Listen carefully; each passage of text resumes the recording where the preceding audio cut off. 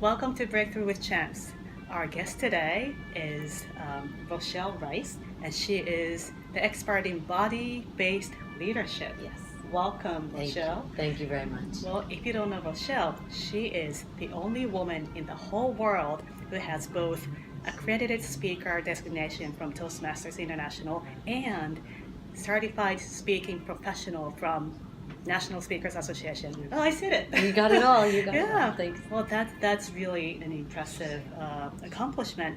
And I'm also a member of Toastmasters and NSA. Mm-hmm. So I'm really interested in how you got this and what your journey was. But for those who don't know, can you briefly explain to us what AS and CSP are? Sure. Great. All the acronyms. Great. Well, the accredited speaker, the accredited speaker is about 10, it's 25 speeches, 15 that have been paid and 10 that have not. And you submit the first level application with a video. And if you make it past the first level application, then you get to go to the second level, which is to speak live at the international convention each summer. And there are like more than 2,000 people watching you. Right? You. Yeah. Yes. And today in 2018, there are only 75 accredited speakers in 142 countries. Only 75. Only 75, and less than 20 are women. So we're really on a journey to not only to tell people more about the accredited speaker and encourage people to go for this, but also especially to be for women, to use their voices. Yeah. And what year did you get accredited speakers designation? So I got the accredited speaker in 2010. Okay. And then I got my CSP in 2015. Okay, so you were one of the first group of women who got the designation from? With the CSP, there were women ahead of me, definitely. Okay. But what happened? The CSP is 250 speeches over a 10-year period of time. Okay. 5 of those years you have to have made $50,000. Okay. In 5 of those years. Okay. So what happens is that it's really quite a grid sheet of an Excel spreadsheet, just listing all of these things. Yeah. But it's so well worth it. And you have to also submit a video so that the video is reviewed and your Excel spreadsheet of each of your gigs. Okay. So after you received the AS and CSP, how did your speaking career change, if at all? Well, for me, and I say this to a lot of people, I went into the accredited speaker. I was encouraged by, at the time we called them district governors, I was encouraged by my district governor. And what I enjoyed the most about it was the fact that it was a competition within myself. It was really self-driven. Right. When you go for the world speak, which is great, the world champion of public speaking is fabulous, but that is against others. That's how I always looked at it, right? This was really for me to strive to be the absolute best within myself. Right. And so when I delivered my accredited speaker speech, I thought, even when I said, no matter what happens, I delivered from my heart, and that was the most important thing to me. Right. So. Well, that's the way you should be thinking in speech contests too. Well, I've been competing in speech contest, Toastmasters speech contest since 2013, and well, judges are human beings, and you're being judged against others, and even although you respect your fellow Toastmasters, sometimes you feel that, oh, I didn't do enough, I didn't do well enough, and that could be a motivation. But from what you're saying, the accredited speaker is about improving yourself, continuing to put an effort into bettering yourself, and that's a huge challenge, and it takes a lot of discipline. That's a great word, discipline, too, because my background is dance, and as you know, and Josephine Lee is also in dance. There's a huge amount of discipline, and I also think that you have to stay the course, and I had people who helped me stay the course and say, okay, this is the direction I'm going to go. I think also that you, as an accredited speaker, they're looking to you. Would you hire this person to speak on a corporate level, a company level? Would you hire this person? And that's what takes it different from Toastmasters. Even though we're starting to engage in a whole new learning program of pathways, right, which will address the needs of today's speaker. The accredited speaker one still keeps pushing the bar a little bit further on. Right. So for me, getting that was a step up of like, okay, I've got this. And then the CSP to me was about I was already speaking professionally, but to see it on paper, and then to get the award around the neck, and you get to wear it just for that weekend, and it's kind of fun because it's kind of heavy, and people joke like, do you wear it all the time? Yes, I do. But it sort of it's like the Olympic medal. Exactly. But it kind of gave my whole body kind of like, yes, this is I can own this and be this woman. Yeah. So going back to the point about whether the corporation will hire you. Yes. What are they looking for, in your opinion? What is today? I think that's a great question. I would say this word's a little overused, but authenticity. And I think what I mean by that is this ability to connect not only within yourself, but with your audience. So it's not so much the talking head from stage anymore. It really has to be a conversation and a dialogue. And to be the person that just stands up there and delivers PowerPoint. Like I had to do one recently for another company where this slide deck was given to me. I was like, okay, I can deliver because someone was sick. Okay, I'll deliver this. And I thought, wow, this is so dry and so... I always say, like, there's no richness to this. There's no emotion. You don't feel the humanness. There's no humanness to it. So I take it and I'm like, well, I'm going to give this a little humanness. That's how I do it. And that brings it alive. Where we've got it back and forth with the audience members and especially to be on the corporate level. If we're delivering, if I'm working on body-based leadership and it's about their heart rate and these types, they're dry numbers. Yes, everybody should know them. But I happen to be delivering to a millennial group, under 30 years old. And I thought, this is crazy. This is like, so we turned it around a little bit more and I added the humanness to it. How would this apply to you? What does this look like? And got pulled instead from them as opposed to this on them. It's more like they become the event. Makes sense? I want to dig a little deeper about that. As a body-based leadership expert, how do you use your body to connect with the audience and kind of bring out the humanness? Yes. So let me share first, if I can, that when I did my accredited speaker, my speech was very choreographed. But when I say choreographed, that is me. I am a dancer. I took my arabesque. I did my... all the moves. But it was me. And what I heard, even though all the judges are confidential, was it's almost like they didn't know what to do with me. Because was it a performance or was it a speech? But anybody who knows me know they integrate really well. So with body-based leadership, it's this ability, especially now, again, we're talking in 2018, it's this ability to stay strong within yourself, but be able to be flexible in today's environment. And what I mean by that is the plan that was in motion for the company on Monday may not be still in place on Thursday. But if we don't, so I teach how do you stay strong within yourself, and that's just staying with the breath, staying with the body open, staying very connected and grounded at the same time. So I say that you're rooted to the earth, but no matter what comes at you, you're never uprooted. And so I use that as the foundation to teach people. And then how that works with the audience is, again, you don't know what's going to be happening in your audience that day. It could have just been a world event. So I'm usually a very open arms person. I'll move through the audience physically to connect with them. Recently, NSA had their winter conference. The stages were moved all over. So it showed, it was so suddenly the main stage looked kind of boring. So even though if I get to a place, I can't always say where I want my stage, but to connect with your audience, you may have to come down off the stage. You may have to bring more of them up on stage with you, but there has to be, as I like to keep going back to the dance, there has to be this flow back and forth, to find that harmony so that your audience is as engaged in the, I don't want to say performance, engaged in the experience as opposed to coming one-sided. Exactly. So, and as I'm, seeing all the moves, I mean, you're natural, right?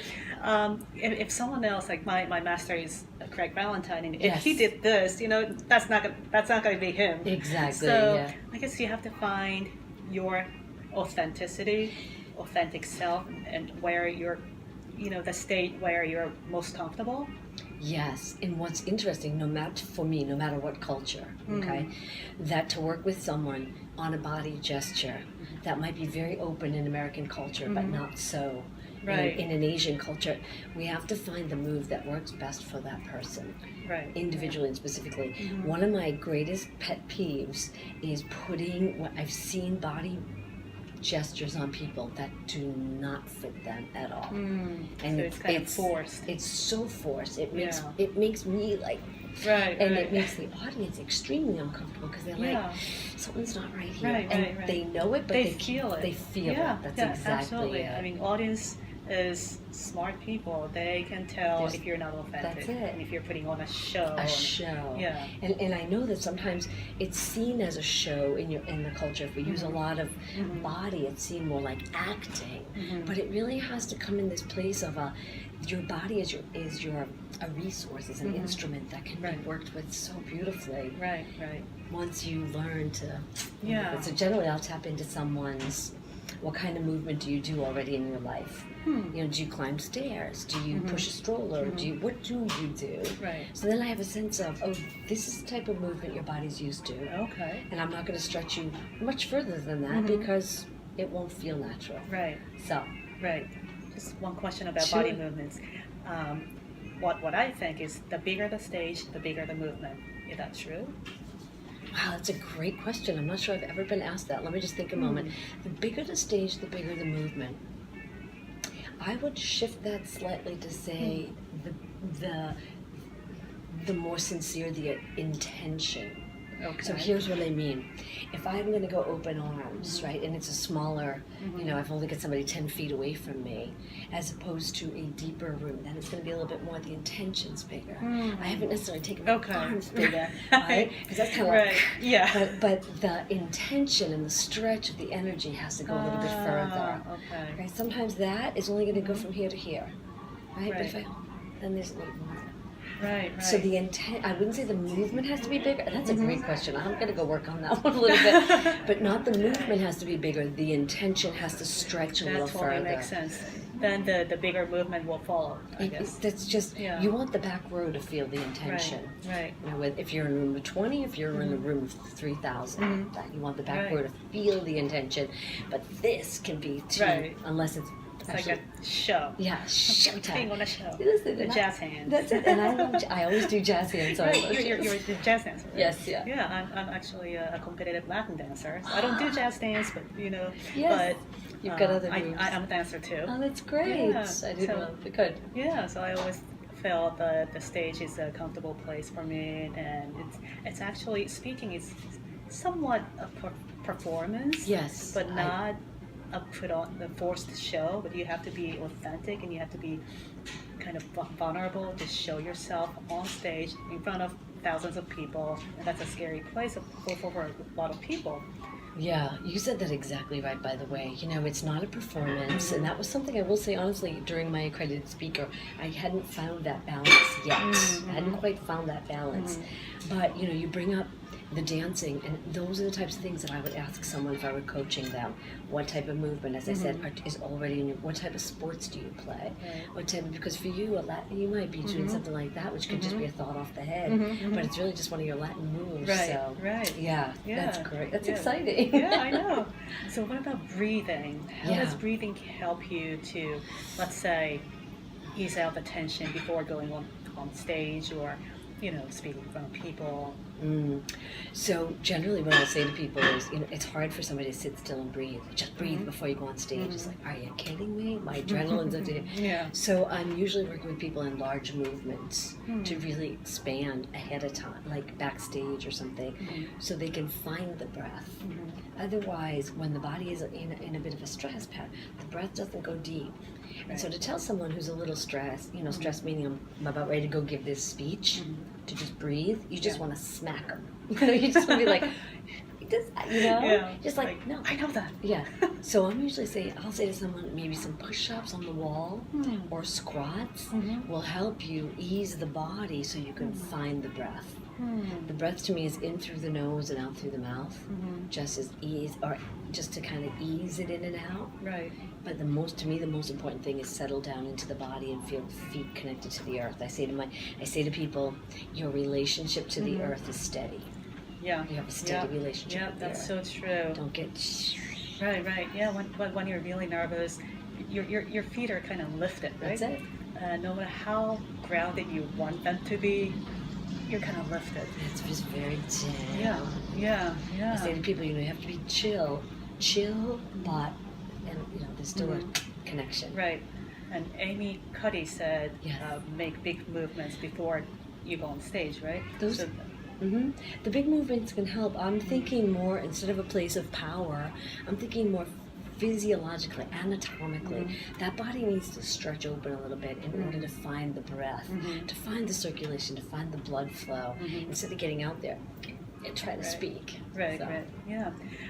Earlier you mentioned a little cultural things, and I'm Japanese. I'm from Japan, born and raised, and I coach a lot of Japanese people. And traditionally, Japanese stand behind the podium, staying still, and then read off the script. And it's changing, but for those more reserved culture, what tip do you have for them so that they can find their own authentic movements that's a little outside of their box but not too far away? Right. Well, I think you mentioned too, you talk a lot about cross-cultural.